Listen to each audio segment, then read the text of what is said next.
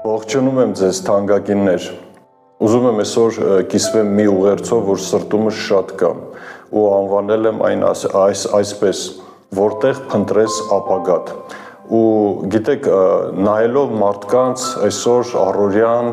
այն փնտրտուքը, որ մարդիկ փնտրում են ու ուզում են հասկանան իրենց ապագայի մասին, գալիք բաների մասին, ու ես մտածում եմ, որ մարդու մեջ դրված է, որ ինքը իմանա իր ապագան, որ մարդը իրականում հասկանա ինչ է լինելու իր կյանքի ընթացքում կամ ինչպիսի ճանապարհ ընտրի։ Ու ուզում եմ մի հետաքրքիր տեղ կարդամ Աստվածաշնչից։ Դա գրված է Երեմիա մարգարեության 29-րդ գլխի 11-րդ համարում։ Գրված այսպես, որովհետև ես գիտեմ այն խորհուրդները, որ ես խորում եմ ձեր մասին, ասում է Տերը, խաղաղության խորհուրդներ և ոչ թե չարության, որ ձեզ տամ ապագա և հույսը։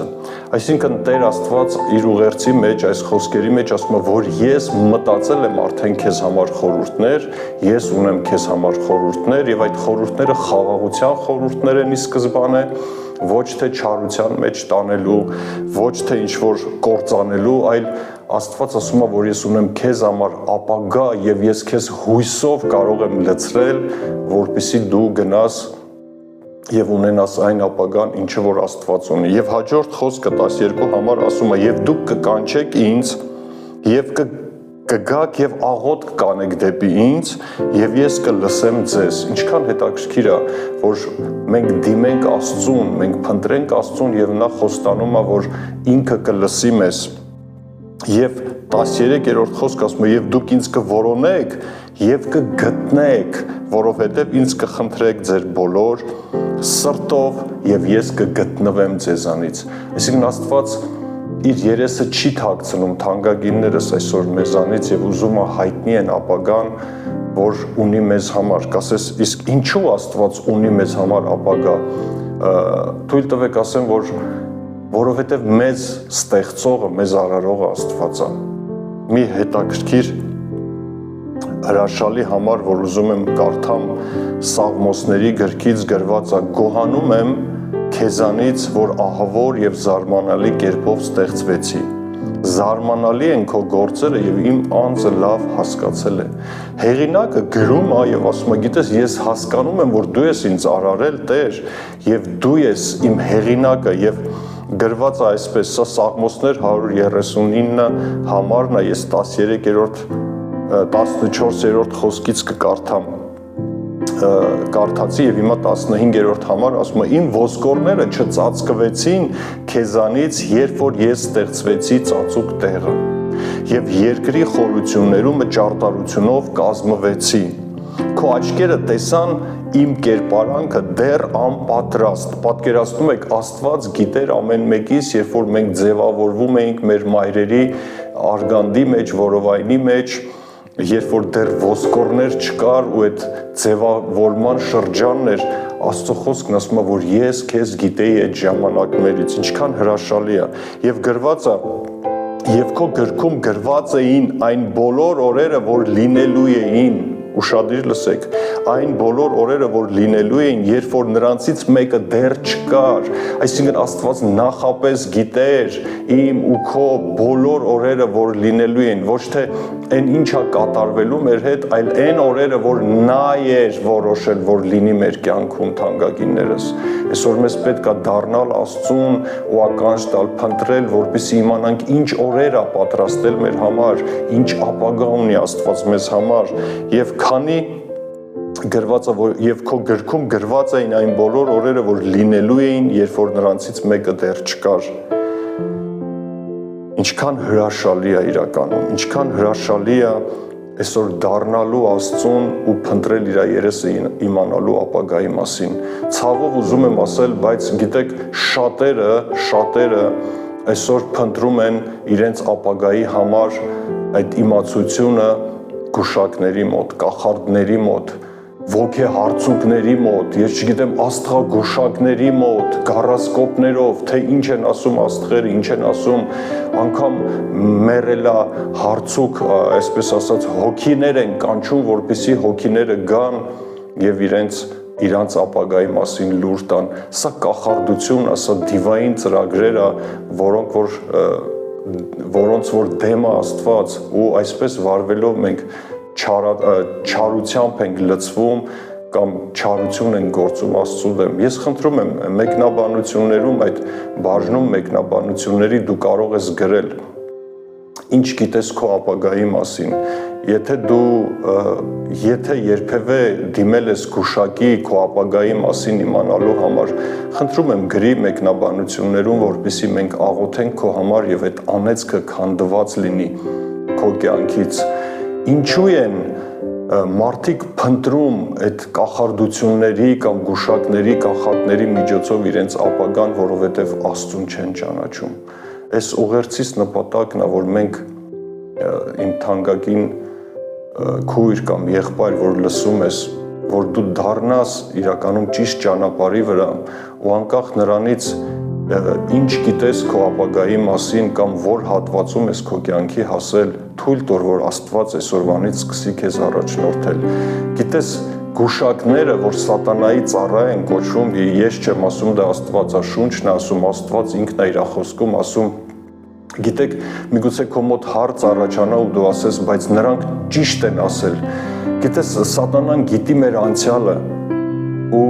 ասելով մեր անցյալի մասին մեր մեջ հավատք է փորձում ներշնչել, որպեսզի ապագայի մասին էլ նրա ասածին մենք հավատանք։ Եվ երբ որ գուշակները, կախարդները, հոգեհարցուկները եւ այլն փորձում են մեր ապագայի մասին ասելով մեր անցյալը, փորձում են մեր ապագայի մասին ինչ որ բաներ ասել, որին հավատալով արդեն դրանք կկատարվեն մեր կյանքում ու գումարներ են կորզում մարդկանցից, որպեսզի ինձ գումար տվեք, որ հետևյալ ծեսը անեմ, սա անեմ, որպեսզի ես չարիքը գնա ձեր կյանքից, սա խապկանք է ուղղակի։ Աստված քեզանից ոչ մի գումար չի ուզում ու Աստված քեզանից ոչ մի բան չի պահանջում, ուղղակի ասում է դարձիր ինձ, դարձիր իմ ճշմարտության ու ես քեզ կառաջնորդեմ քո ապագայի մեջ։ Լսեք, սատանան չի ստեղծել մեզ, որպեսզի նա էլ որոշի մեր ապագան։ Մեզ ստեղծել Աստված եւ նրա ձեռքերում է մեր ապագան, թանկագիններս։ Սատանան դեմ է ինձ ու քեզ։ Դրա համար նա խոսալով մեր կյանքի մեջ իր ուզած ապագան, թեև սկզբից շատ գեղեցիկ է թվում, նա տանում է մեզ կործանման։ Նա չի մեր կյանքի հեղինակը, մեր կյանքի հեղինակը Աստված է։ Եվ եւս մեկ հրաշալի համար եմ ուզում ընթերցել։ Սա Սաղմոս 8-րդ գլխի 4-րդ խոսքում գրված է. Ինչ է մարդը, Տեր, որ դու հիշում ես նրան եւ մարդի որդին, որ դու խնամք ես տանում նրա համար։ Մի քիչ ցածր արիր նրան հրեշտակներից, բայց փառքով ու պատվով պսակեցիր նրան։ Պատկերացնում եք ինչ դիրք ունենք մենք Աստծո մոտ։ Եվ գրված է դու իշխան կարգեցիր նրան քո ձեռքի գործերի վրա եւ ամեն բան նրա ոտքերի տակ դրեցիր։ Պատկերացնում եք ինչ մտքեր, ինչ ծրագրեր հոգատարություն ունի Աստված հենց քեզ համար, որովհետեւ գրված է, որ դու հիշում ես ու խնամք ես տանում։ Այո, Աստված քեզ հիշում է, Աստված հոգ է տանում քո համար, բայց գիտես, երբ որ քո երեսը դեպի Աստված չի ուղղված, նա չի կարող իր ծրագրերը բացել քեզ։ Եթե դու կարողանաս իրականում գտնես Աստծուն, եթե դու կարողանաս իրականում կանչես Աստծուն քո կյանքի մեջ ու ականջդ տաս նրան, դու կտեսնես ինչ հրաշալի ապագա ունի քեզ համար։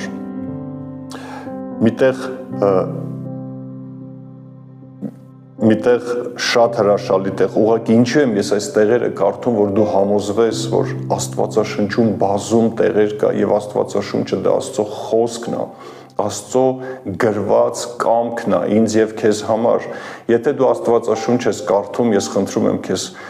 մեկնաբանությունների բաժնում գրի, ես կարդում եմ Աստվածաշունչ, կամ եթե չես կարդում, կամ եթե չունես, մենք կարող ենք Գյումրիի տարածքում քեզ նոր կտակարաններ նվիրել, դա Աստծո խոսքն է, որ կարող ես իրականում կարդաս, բացես եւ ունենաս փոխհարաբերություններ Աստծո հետ, որի շնորհիվ որ քո հավատքը կաճի։ Ես նաեւ հրավիրում եմ ամեն կիրակի միասին փառաբանելու Աստծուն, լինելու եկեղեցում լսելու Աստծո խոսքը ու կոչ եմ անում թանկագիններս հաճախի եկեղեցի ու լսիր Աստծո խոսքը, հաճախի եկեղեցի, որտեղ եկեղեցում խոսվում է Աստծո խոսքը, քարոզվում է Աստծո ճշմարտությունը, որը որ մեզ առաջնորդում է ճշմարտության մեջ։ Ու եթե դու եկեղեցի ես հաճախում, կարող ես մեկնաբանություններում գրել, ես հաճախում եմ եկեղեցի, ես լսում եմ Աստծո խոսքը ու թող Տերը օրհնի քեզ։ Եսայա մարգարեության 45-րդ գլխի 11-րդ խոսքը այսպես է ասում. Իսրայելի Սուրբը եւ նրա արարիչը այսպես է ասում.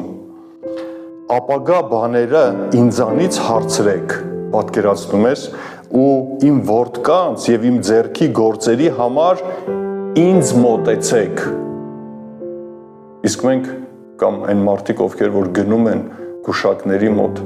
պատկերացնում եք, ինչ են ստանալու նրանք, թեև գուշակները Աստծո անունից խոսան, բայց մի հավատացեք, նրանց մոտ չկա Աստծո խոսքը, նրանք Աստծո ծառաները չեն, նրանք սատանայի ծառաներն են։ Ասում է իմ ձեռքի գործերի համար ինձանից հարցրեք։ Եվ ես ուզում եմ իրականում խոսքս բերեմ ավարտի,